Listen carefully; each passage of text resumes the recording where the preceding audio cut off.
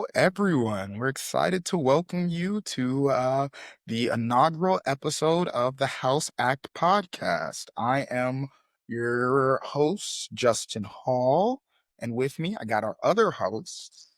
And Casey Freeman. Hello, hello. So glad to be here on our very first episode with a very, very special guest. Right, here we got with us Jon Carr of Dad's Garage. John, why don't you say hi to the people? Hey, I'm Jon Carr, co-artistic director of Dad's Garage Theater Company. Yeah. Yeah, very special stuff. For those that don't know, Dad's Garage is one of the most prominent and long-standing hosts of comedy theater around Atlanta. I mean, they've heralded wonderful shows, regular improv, along with a lot of different community engagement events that are, super exciting. Jon Carr at the helm of some really fun topics that we're going to get and dig into. But first of all, John, how you doing today? I'm doing well. I'm just gotten done with all the Easter fun with the family, so that's always great. And got a little 3-year-old that's been running around all day, so she's finally going down. So yeah, I'm living great right now. So I'm feeling good. It's nice. Yeah, Fantastic to hear, truly. Nothing better than a triggered up 3-year-old, I'll say.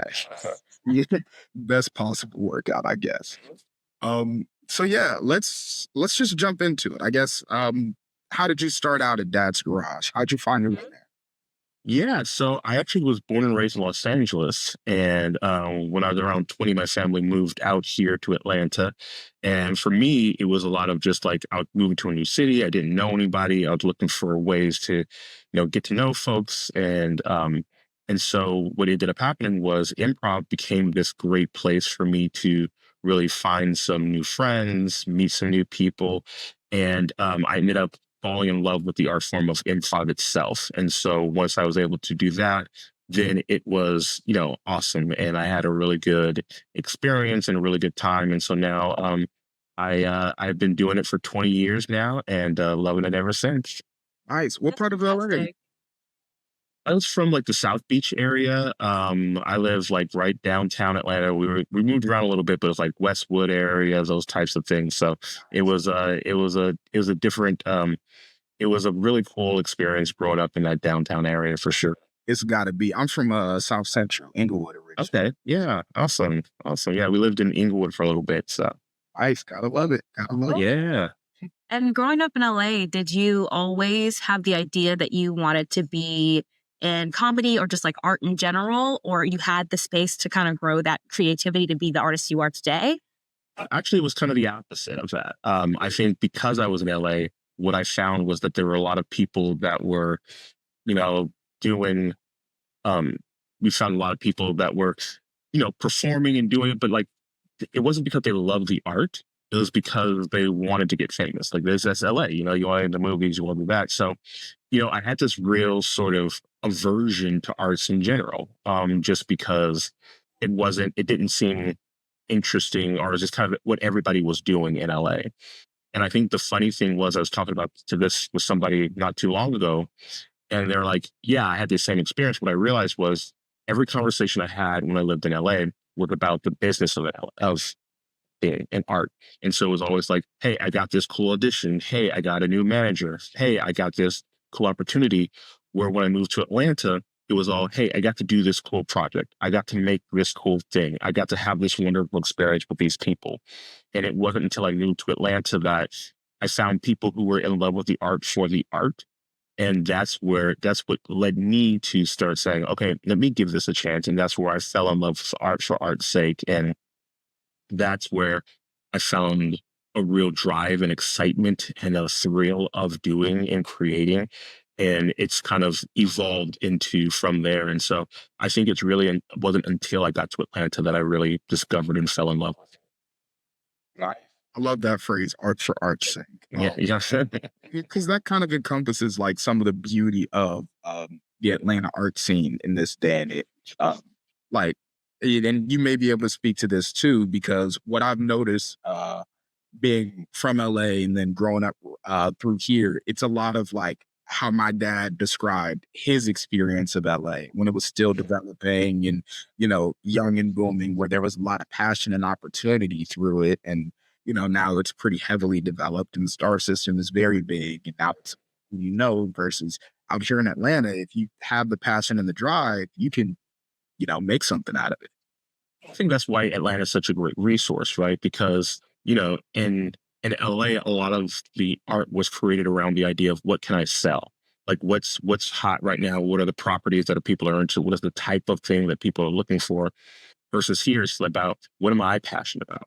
It doesn't matter if I can sell it or not. It's what am I passionate about? And let's make that. And so what you end up having is all of these very unique and interesting pieces of work because they're not that constraint of I have to get this approved and liked by XYZ person. The only person you need to get it approved and liked by is you. And so you have this opportunity to see some really unique and interesting things happen. So LA and Atlanta, you also spent a little time in Chicago too, didn't you? Yeah. Yeah. So I was in Chicago for about 2 years, 2.5 years. I was the executive producer for Second City out in Chicago. And so yeah. So that was a really cool experience and a really, educational experience. Like I feel like I learned so much just being out there and learning from some of the amazing people that I got to work with. But it's also like, from a comedy standpoint, particularly improv and sketch comedy, it's kind of the mecca for everyone. And so there's always this sort of like magic halo around it that like there's a secret formula to comedy that only they know. And I think one of the cool things about being there was like they're cool people that are just learning and figuring things out themselves and developing and growing. And that was cool. But it was also like, okay, well, what we're doing in Atlanta is not as far off as what we might think it is. Like that bridge to where we want to get to is not as far as we think. And with, some right moves, some right pieces in place, we could be up amongst some of the best in the world. And so that's what made me excited about coming back from Chicago was like, oh man, now I get to be on that precipice and that drive, the spear, the tip of the spear as we move forward into, becoming the city that, people in America and around the world know and understand that we are. And so that's what excites me about the future of it. I hear that. Yeah, because I mean, the way we're seeing it, the whole country's starting to pay a lot more attention to this Atlanta comedy scene that's been growing. I mean, I got countless friends that were, started off in small stand-up cafes, once a month, and now through one little clip, they're suddenly the big viral comedic voice. Absolutely. And I think that's and I think there's also kind of the interesting, which, it's not always it's not the best time in the world right now to be in the entertainment industry, just with the unknown, the chaos and all that kind of stuff. But I also feel like there's an opportunity there, right? There's this opportunity that as, the entertainment system is rediscovering itself and re-examining it kind of puts us all on a little bit of an even playing field because we all don't know where the money's coming from. We all don't know what's going to be, what the next version of the entertainment industry looks like. And so that means anybody can figure it out, right? Anybody has a chance to figure out be a piece of whatever that next version of it is. And so if we can be willing to push forward and create new things and be willing to do the work, there's no telling where we could be when things settle down and it does get back to being the cool, profitable industry that we've known in the past. I think there's a real opportunity there. It's almost inspirational when you put it like that. Absolutely. Yeah, that's fantastic. Speaking of inspirational and like being creative, I wonder if there's any works that you're necessarily proud of or feel like have inspired you to continue pursuing your art right now. Sorry, can you repeat that question one more time? For sure. I was saying basically, are there any works that you've created or that you're currently working on that are continuing to inspire others down the lane of, comedy in general? For sure. I think probably there are a couple of things that come to mind, but I think like up top is the our show that we call Black Round right now. There's actually an earlier iteration of it called Dark Side of the Room that originally kind of the improv group that I started with a couple of guys at me and Mark Kindle and Ricky Boynton and a couple of other great performers in Atlanta. And what was cool about that was it's an improv group, and basically what we do is we take a movie, Star Wars, ET, whatever, and we improvise what the Black people were doing during that movie. And so it's cool. It's a lot of fun. People love it, and it's hilarious. But there's this other gear that we talk about. It's like there's sometimes where we have really great shows and everybody's laughing. That's awesome. But then there are times where we're doing great shows, but we're also get to say something, right? So the example I always use is there was one scene, I think we were doing Armageddon. And somebody stood up and they're like, they were going to be the asteroid, right?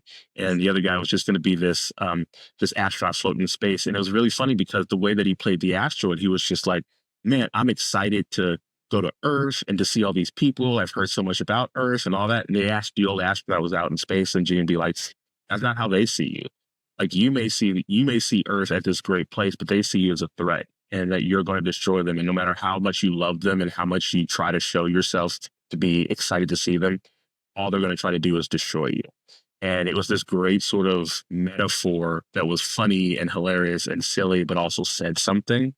And so when it gets to that point when we're doing it, it's really cool to the point of the Civil Human Rights Museum here in Atlanta did a new exhibit. And what their exhibit was around, because that museum's focuses so much on civil rights and the message behind civil rights and some of the great people in history, they want to do an exhibit that focused on people who took that in the modern day and did something with it. And so that was the first time that our improv group got featured in the Museum of Civil and Human Rights. And it was one of those moments where you recognize that like comedy is fun, but it also has an opportunity to say something. It has an opportunity to make an impact and change minds. And I think it's one of the few places that, particularly in the world where, people are pretty divided on things. If you're funny, people from all sides will come. And if you're funny, people of all sides will listen to you. And if you can couch it right, you can say something to someone that wouldn't hear it from anybody else, but you get a chance to say that. And so, that's one of the pieces that I'm super proud of. I a couple of years ago, wrote a play called Black Nerd that won a couple of awards for Dad's Garage. And so that was another piece that I was super excited about. And then this new iteration of Dark Side of the Ring, which we're calling Black Ground now, is doing the same thing. But one of the things that I'm very excited about is not just an improv group. We also have an education component to it. So we have our core cast, but then every year we bring on a good 5 or 6 new people, and we just guarantee them a year. And it's a year of getting to perform with us, but also we do once a month workshops where we teach you different things, where it's writing, sketch, showcases. So at the end of the year, regardless if you get to be on the main cast or not, you're walking away with a portfolio and skills that you can take and use and go out. And so we're consistently finding ways to mentor new Black performers and help build it up so that we have even more Black improvisers out in the world preaching the message and giving their perspective on the world in that way. Yeah, I think that's real great work, honestly. That's incredible. How do you get to be a part of this group, or that kind of 1 year period? Is it that you audition and then you get to have that 1 year period and see if you can then get to be in a part of Black Ground? Yeah. So we usually do auditions usually around September, October time, and we'll do a big audition and usually pick 5 or 6 new people, and then they'll be with us for the entire year, and we'll grab a few more after that. Yeah. And I mean, I'll say right now, if anyone has a chance to catch a Black Ground show, well worth it. Especially that format for that film of what Black people were doing for the certain film. I think the one that I went to go see was based on The Godfather. And then when I attended your last Juneteenth show, we did one based on Independence Day. And it's just, that's the beautiful dichotomy, because you get to get some of those real moments in improv. And especially, I think there's always this core of honesty that's required in comedy. And I think in Black comedy, it does, even tenfold holding the mirror up to society from perspective and push forward. Absolutely. So it's an amazing thing to see. Yeah. Yeah. I Well, also wonder on like the theme of Black comedy, just like maybe I'm gonna speak a little bit about my own, but here you go. I think like sometimes when we're like producing Black comedy, obviously it's for us by us, and like we're gonna get the comedy, we're gonna like have fun with it. Sometimes maybe we could play into stereotypes, and that's fair because like we share that as a community culturally. But I wonder, and like obviously jump in here because how do you feel sometimes in creating that Black comedy of sorts? And then sometimes it being for a white audience. Because I think there are times where I will be watching something like, I don't know if you've seen the Boondocks before. And watching the Boondocks, I'm a Kikian, but when I have a white friend who is also laughing, I'm like, should you? I don't know about you laughing about this. Like, I know. Yeah, I mean, it absolutely is it's a different dynamic. It also, but I mean, yeah, there's a lot of different angles to it. I think one angle is that in some ways it also is a good muscle, right? Because a lot of times in what we talk about, like after shows, is we have those moments where it's just like that's funny to us, but should a white audience be laughing at it?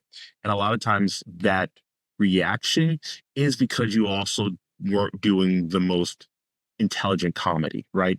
You were leaning into a stereotype, and you could have gotten away with it in front of a Black audience, but it wasn't until you were in a white audience that you started examining what you were saying, what the stereotypes you were reinforcing were when you were making those jokes.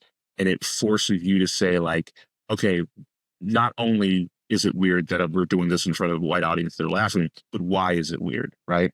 And then it goes back to your comedy. It's like, is this the comedy I want to be doing? Am I doing comedy that I'm comfortable with everybody, that I'm proud enough of, that I don't care who sees it, because this is a true representation of me, versus I'm being a little lazy. Because I mean, I think culturally, every culture has that. I have a lazy joke I can make and I can get away with it because I am that culture. But also, is that the best possible joke you could be making, right? And so it pushes us to say, all right, let's examine the jokes that we're making. Let's make sure that we're always proud of the work that we're doing in front of the white audience. And so I think there's that element of it. And I think there's also the other element of it, like, for me, it's particularly around improv. When I got on the ensemble's like the main cast of Dad's Garage. I was the first African American to get on the ensemble, and I was the only African American to get on the ensemble. So for me, there wasn't actually a Black improv, a Black version of the improv. So all I had was white audiences, and so for me, it's about bringing in more Black improvisers so that we can do things where we have an all Black group, so that we can do shows where it's a Black audience, and we are building that audience essentially from the ground up. Because the joke I always make is my grandma would have no idea what I did if it wasn't for Wayne Brady, because there's not that Black improviser that everybody knows. Half the people in my family are like, no, I'm into comedy, and they just assume it's stand up because that's what Black audiences know as comedy and stand up. And so there has to be a group of people that are building that skill set so that we can say, here are some great Black improvisers, right? And so that's part of that education. That's part of what we're doing here, is building that audience, is introducing Black audiences one person at a time to this art form, and hoping that we can get to a place where you could have a Black improv theater, because there's enough support there to make that work. yeah. Let's get there day one, man. Son. Not enough people, like a lot of people don't. Go ahead, Justin, go ahead. No, please. I was gonna say, I think that a lot of people, just in general, when they're directing people or creating theater, just creating in general as Black people, we don't have that conversation enough on like making smart choices. Like you were saying, making those smart choices, not taking the easy way out. Like we're celebrating being Black, but like that, we're not making it the butt of the joke, if that makes. And wow, yeah, no, that was incredible. I agree. I agree. I also am a big proponent of like when you're performing, like you gotta be educated and educate people around you. Like I think that's like a good sign of good theater, good performance in general. So like that's dope to hear. Yeah. Thank you. Yeah. Sure. True to yourself. Like a lot of what you were saying, I think we saw some themes in when we read through Black Nerd. Sorry, we had to internet stop. You know. Yeah. We could not read through Black Nerd, which was really enjoyable actually. Like I remember when it was first premiering, like I'm still kicking myself in the butt for not because I had it on my calendar for a minute. But reading through it, like one of the main themes was that the main character um wasn't feeling, you know, fully accepted in the Black, wasn't feeling fully accepted in the white. And it plays to that idea that Black people aren't a monolith. And I really loved, the final theme being, you know, do you have to play into these stereotypes? And that acceptance of his family of realizing I don't think we would like you if you played into this stereotype. You're being you, and that's when you're best. Which is touching because that's how you show that Black people aren't supposed to be stuck in the boxes that we're put in.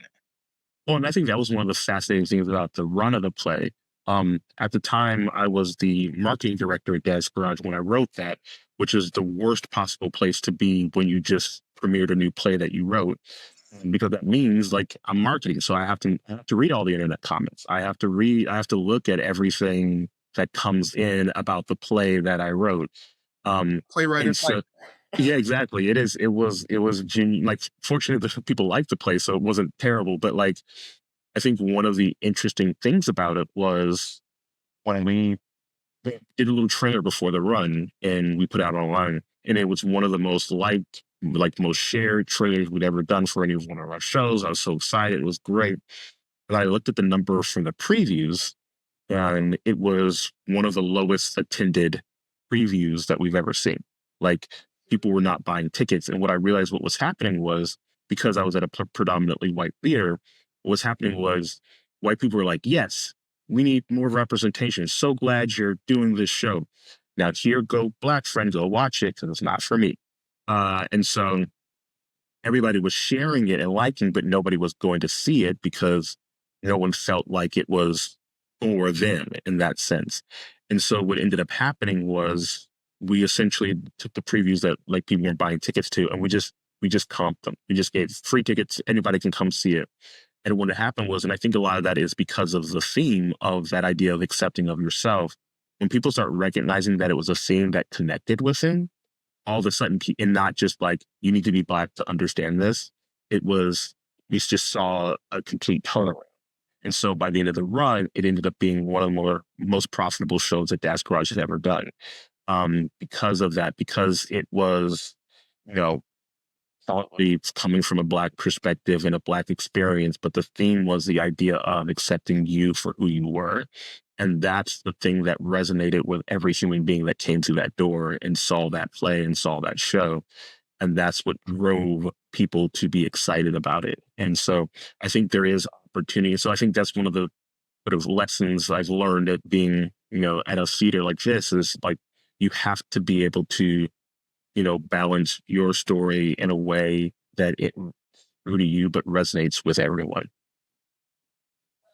Well put, well put. And to that advantage, I'll say I think that just from an outsider looking at it, it's working in your favor. I mean, every time I've stepped foot in Dad's Garage, seeing one of you guys' productions, I am,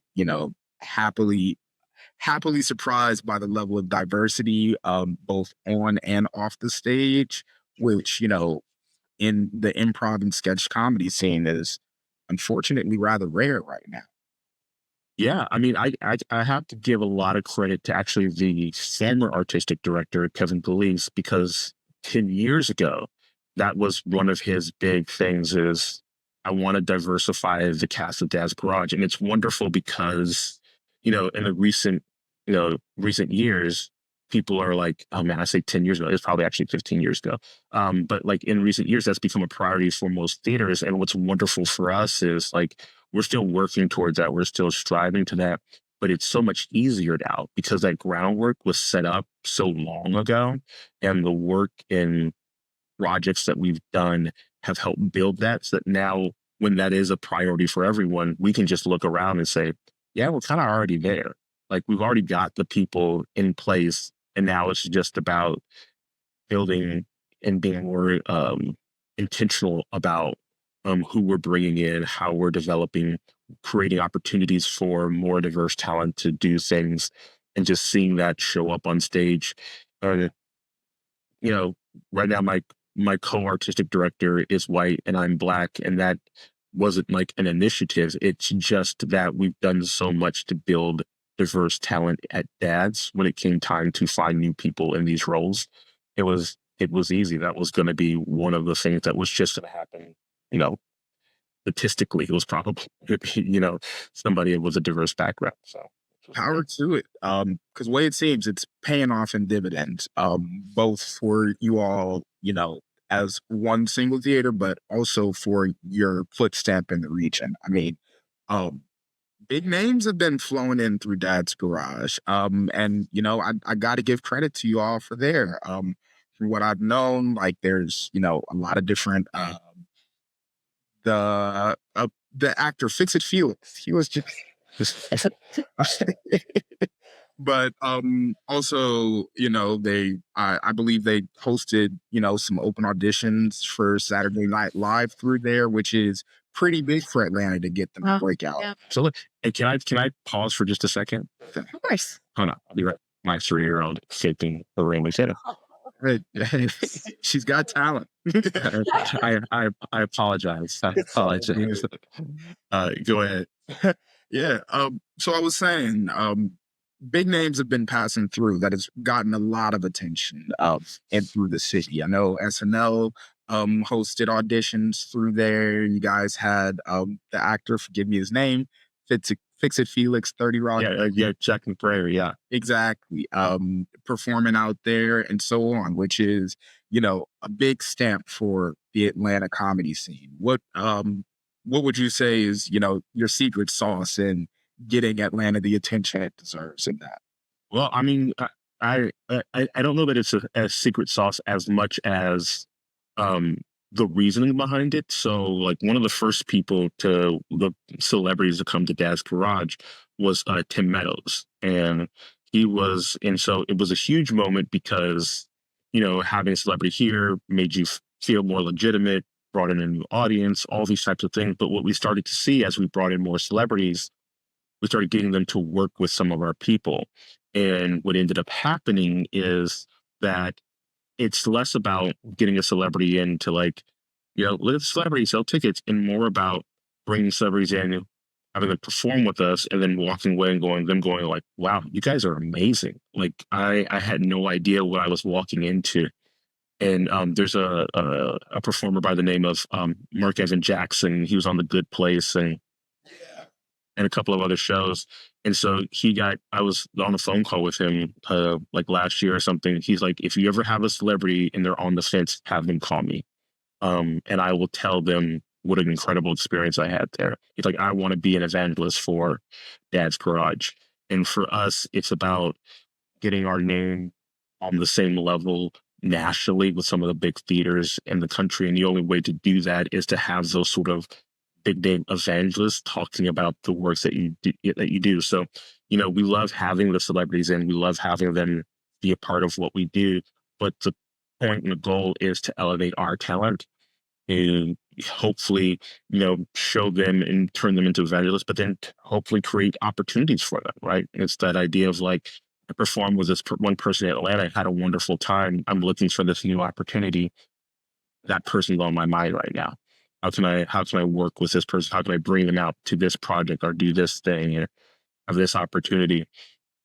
Colin Mockery comes out as one of those people that's come out multiple years in a row, and he's connected with some of our folks and brought them out to some of his projects and worked with them. And so, we're seeing that happen because, again, at the end of the day, it's all focused on how can we get our people on that bigger stage to give them opportunities to do some amazing things and represent Atlanta in a big way.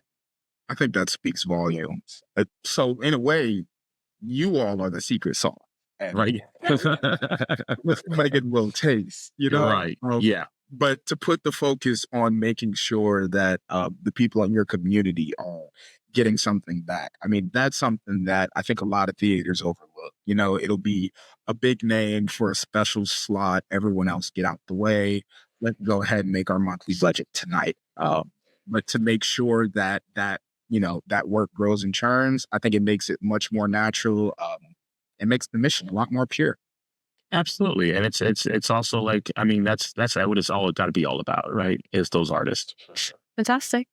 Yeah, I have a personal question, if you will, about any advice you may have to someone who just is starting out to be funny. This is my personal question because Banking on it for weeks. I used to perform and all that jazz, and I love theater deeply, but I was never like a comedic actress. That was always where I struggled the most, or just like being a funny person in general. Do you have any advice just for those of us trying it out? Yeah, I think the key for what I would advise everybody is the key is find your joy, right? Find the reason you're doing it, right? Because at the end of the day, if you're doing it to have fun, then that is your compass. Is this project making me have fun? Then I will do that project. Is it not making me have fun? Then I will not do that project. And I think so many people get focused on like, am I funny? Am I funny enough? Have I gotten, with all this? And it's kind of like everybody's trajectory is different and everybody's sort of development is different. It's tough to teach funny. I don't know that you can necessarily teach funny, but I've seen people grow into funny. And I've seen people who have just kind of done the classes, done the work in shows, and then you see them year after year after year, and they're okay. And then one year they stand up, and you're just like, "Holy crap, you're amazing!" And I can't tell you what happened. I can't tell you why it happened, but what I can tell you is they were having as much fun when they were so funny as they were having when they were super funny, right? Because at the end of the day, because it's so out of your hands and out of your control, at the end of the day, the goal has to be you're having a good time. Because you're also, the likelihood of you making a ton of cash from this is probably pretty low. So the only thing you have is the fun. And so for me, it's about chasing the fun. It's funny. I just had a child, 4-year-old running here. One of my biggest fears about having a kid was like, I'm not going to be able to do comedy anymore. I'm not going to be able to do shows anymore. And what it actually did was the opposite, was because I have a limited amount of time out there, I can only choose projects that I'm actually very excited about. I can only do the things that I think are really going to be beneficial in some way. And she's forced me to focus on it. And I'm having so much more fun now doing less, but doing things that are targeted towards really beneficial to me and helpful to me, and seeing the benefit of that. And that's been really cool to see. And so my advice is always find your joy and just keep doing it because it's fun, and don't worry about anything else. That's amazing advice. This is the first time I've ever heard find the joy, have fun. No offense to my wonderful, funny improv. That is great advice. I'll take it. Much better answer than we gave. You always give the classic, don't try to be funny. Right. Yeah, I mean the funny thing about that is like there is this weird there's this transition that a comedian makes from like the fun and joy of it to the professional. And like with our classes, we always tell people, don't be worried about being funny, you just be natural and all that. And then we get here and we're selling $45 tickets to an improv show. And it's like, yeah, you better be freaking funny. Yeah, you should be funny because people are paying a lot of money to see your show. So you should be funny. And if you are not funny, you will not be in this show. And there is that like transition that goes when you cross that line into professional world and getting paid for it. We have to do it. So for me, it's always about like, I'm the joy in all of it, because there'll be a time when you'll have to be funny, and that'll be that time. But for Yeah. You're good at what you do. Just make sure you're having fun doing it, right? Yes, indeed. I will take that away. Fabulous. Cool. Do you have any advice for people? You mentioned like you're not going to make a lot of money maybe when you first start out doing comedy. I think that's a conversation that quite a few of us have had. or a conversation that we have realistically with ourselves as performers, as artists, of like, when you start out, you're not going to be doing, you're not going to make the most money, but you're going to be hopefully having a good time. And you really do have to be passionate about it to be able to keep pursuing it. Is there any kind of advice or heads up, anything that you would give to somebody just starting out, wanting to do comedy, improv, sketch comedy, anything along those lines? Yeah. I would say like figure out what you want. Like if you had a magic wand and your career in life could look like anything, figure out what that is and then work backwards. Because one of the big things that two things. One, it's never going to work out exactly the way that you want. Like even if you're the most successful person in the world, it didn't work out exactly the way you planned. So I always encourage people to follow a plan only because it helps push you towards what it is that you're going to do. One of the things that I saw from Second City was, there's a little bit of a hesitancy from people in the sense of we were like, I want to learn how to do comedy, so I'm going to be in my hometown and I'm going to do improv for 3 or 4 years, and then I'm going to go to Second City, and then I'm going to do comedy for another 3 or 4 or 5 years, and I get to the main stage. I got the main stage in Second City, and I did that for about a year and a half, and that was awesome. And then I went to LA, and guess what happened in LA? All of that didn't matter. No one cared. No one cared about if you went to Second City, where you grew up, all this kind of stuff. What they cared about was, what are you doing in this audition? What are your connections? What can you do? Period. And so there's a lot of people that are they're just like, oh man, I don't know if I want to do this first and then this first. And it's like, what do you want to do? Like, well, I want to act in LA. Well, go act in LA. Like, stop, circling the idea. Stop, trying to get all of the credits in the college course that you need in order to get there. Just go. And it will it'll either work for you, or you'll discover something you never knew, or you might discover that you hate it. And the faster you can discover that you hate it, the faster you can find the thing that you like to do.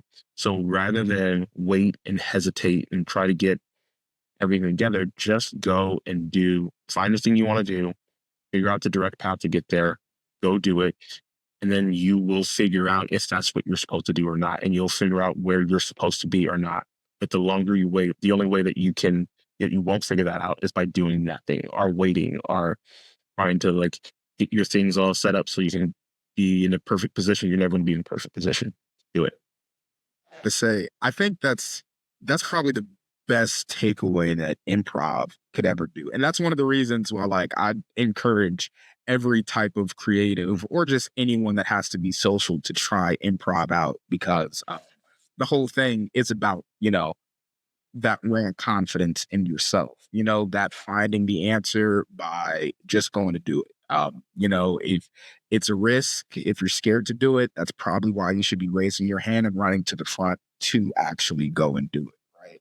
Exactly. So I think that's what I've learned. Like, jump in there, take a risk. You never know what's going to happen.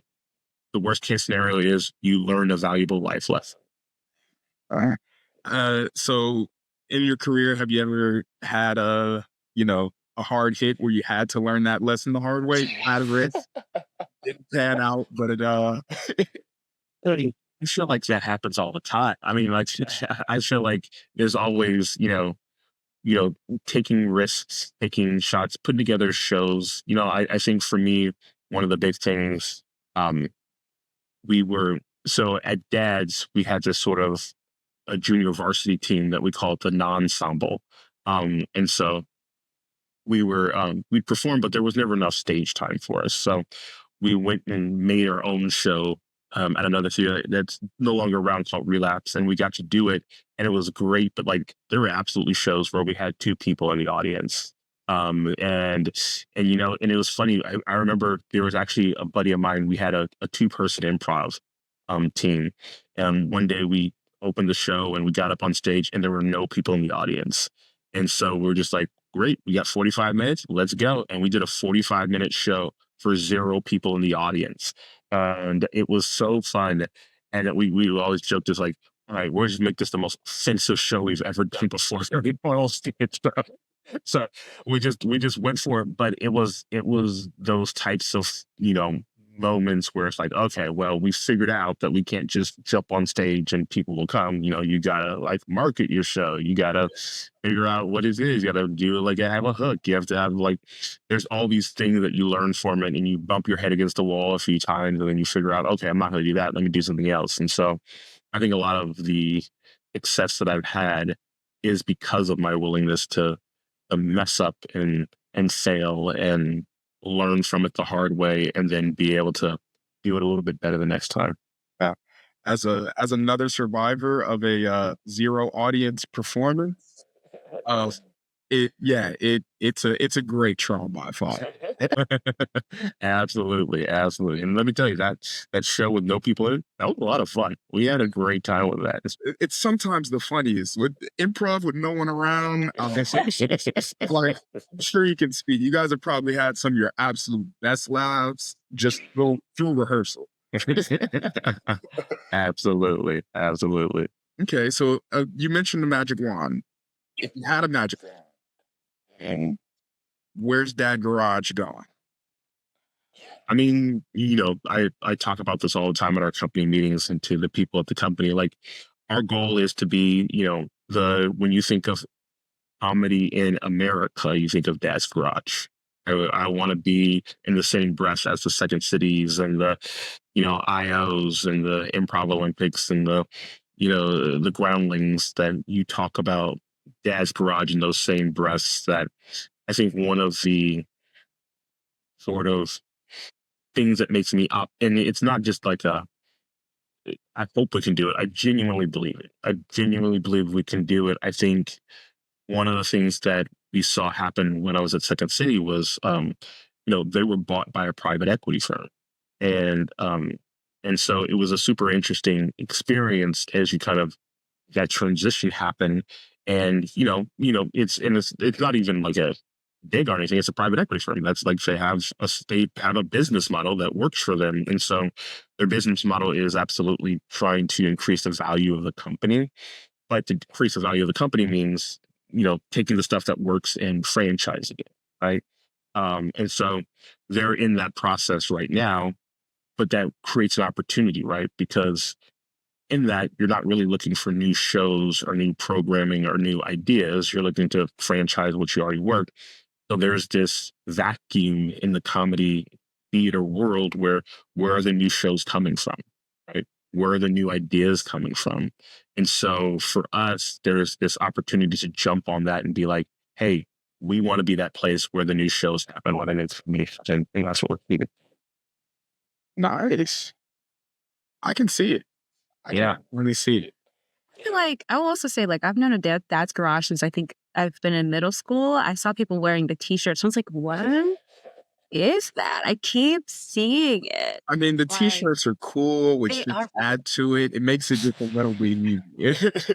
Absolutely. Well, it also makes, like, I think it's funny, the first 5 years Dad's Garage existed, the joke was always the comedy was okay, but the parties were awesome.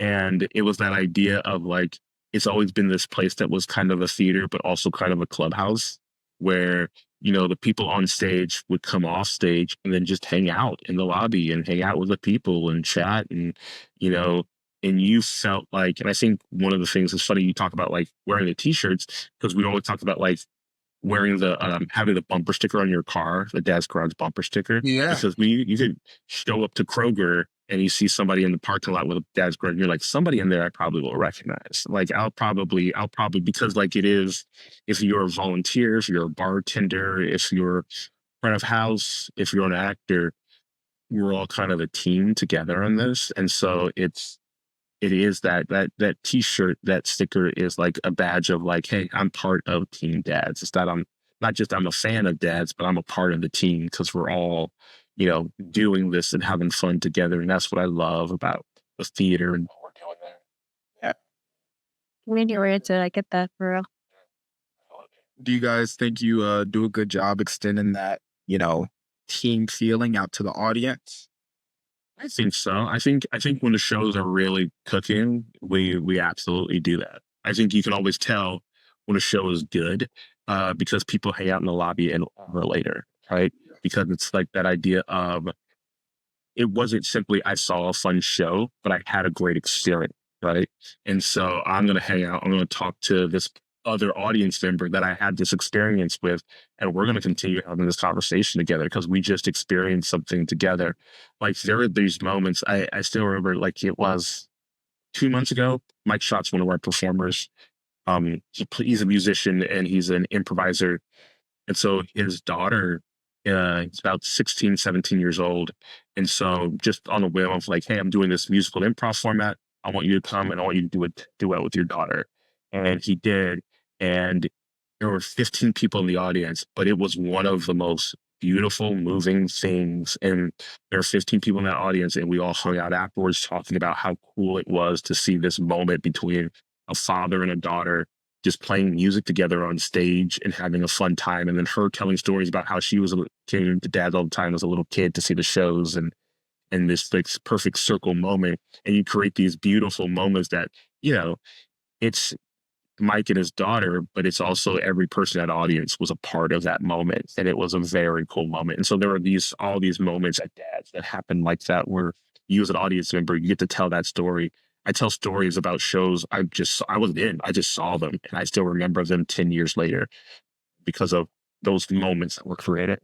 Yeah, I mean, I'm ready to shed a tear right now for that. Oh, and speaking to that moment, that's part of the same thing that brought us here. Because one of my first times, feeling the connection that you guys had with the team was at that Juneteenth show that you had last year. That was open call for Black improvisers and entertainers, where Black Round held basically a wide open and jam. And I'll say, I've been to a good collection of jams with a wide number of people. And for the amount of people on that stage, I was hands down the best jam that I've ever seen. This episode, if we stick to schedule right now, people will be hearing it for the first time on Juneteenth. So can you talk to us any about that show, what that meant? Yeah, absolutely. So I wish I could say that I had this brilliant brainchild of a moment that caused this wonderful thing to happen. But honestly, like 3/4 of the cast were out of town that day. And so I was like, I gotta do something. And so we came up with this idea, and it ended up being great because we had like two or three people that were like part of our main cast that were there. And so they just kind of set off to the side, and all they were there was to support everybody that came up. And I think we had somewhere around 60 people that participated. And everybody just took a turn. Everyone just took a turn, and then we rotated through so everybody had an opportunity. But you had 60. And I think for me, the big sort of, choked up moment that I got was at the beginning, because I started out the show where I stood up on stage and I was like, I was the first Mexican American improviser at Dad's Garage. And I was maybe one of three in all of Atlanta that I knew of in the improv community. And through like inspiration and work and effort, that has changed. And we have so many more people, and I want to introduce you to them. And to see the audience clap and cheer as 60 Black performers walked out on stage, I was like, okay, those are those moments where it's just like, it's not about, I'm trying to do this thing and I hope this thing works. It's like, no, look at what we did. Look at the results. And that's my big thing is, grateful for the efforts for people and organizations and companies to like talk about diversity and programs and all that. But I very rarely see an organization say, we launched this thing, and now 3 years later, here's the results. Everybody likes to talk about the launching of the program. Everybody likes to talk about the new initiative we're going to do. Very few people like to say 5 years later, look at the results. Yeah. And it's rare to see that. And I'm so excited and happy to be like, hey, it wasn't just a thing we said. It wasn't just a performance we did. Look at what we were able to do. Look at the number of people that are in Atlanta right now that know what improv is, that are Black, that are doing it at a million different levels, that are just starting out or have been doing it for 20 years. And and a lot of them are on this stage right now in this moment. And we get to appreciate and celebrate the results of the work and not just the promise of maybe one day this might happen. I think that really means something. I mean, and I mean, like, I know for a fact it means something. That same day, I was actually at a Juneteenth celebration with friends from my college improv troupe, right? Um, and we've all gone off to do our own things and film and stage work and whatnot. And we've all like more or less gave up on improv at some level, simply because the public community just wasn't too much of our mix, honestly. Sometimes it was frankly a little too white for us to feel comfortable in every situation. But so for us to come and get together years after, come to this event, even if it's for like 30 seconds at a time, crack a joke with one another, but also meet an entire sea of, Black comedians that are, looking to have the same level of fun, looking for the same level of connection. I mean, it was magical, man. Yeah, and I'm excited about, if you're listening to this at the right time, I'm excited about this upcoming show. Yep.